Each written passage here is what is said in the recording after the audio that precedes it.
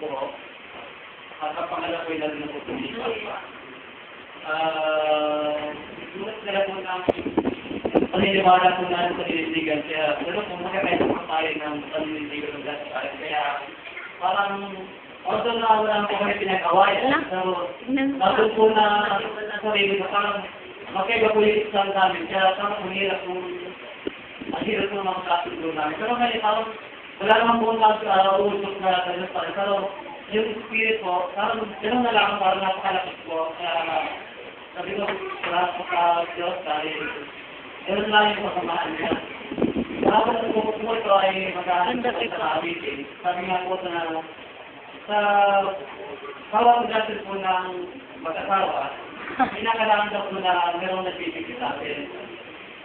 Kailangan daw po na natin yung pagdarani, natin po yung Panginoon. Kasi kung nalalabay yung Panginoon sa mag-asawa, yung dati parang tayo, gano'n nakat yung wife, husband, ang nakakat po is God. Kapag nawala daw po yun daw po yung kumpisa ng plan po natin na kapag daw po yung natutunan tayo na yung ating asawa ay sirahan natin, ikisis natin, yun daw po yung sakit.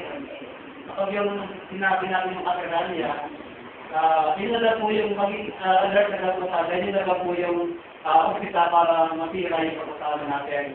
Kaya sa mga mag-asawa po na akilat ko, kinakailangan po natin na kung ano naman daw po yung kahinaan natin asawa, kinakailangan, doon po tayo naging malakas.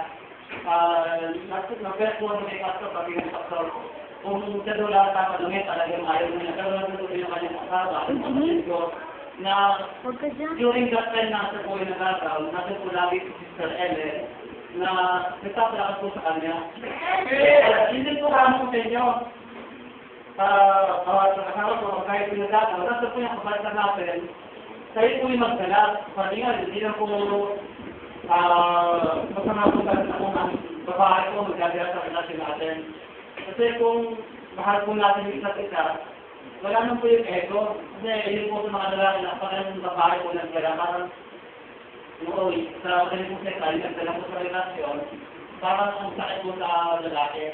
Ngayon, igububuo po ng pamilya, mas matuto po tayo magbigay para maging buo po tayo lagi.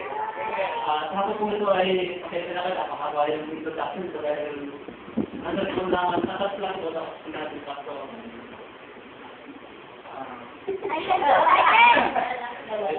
Ito po yung 15.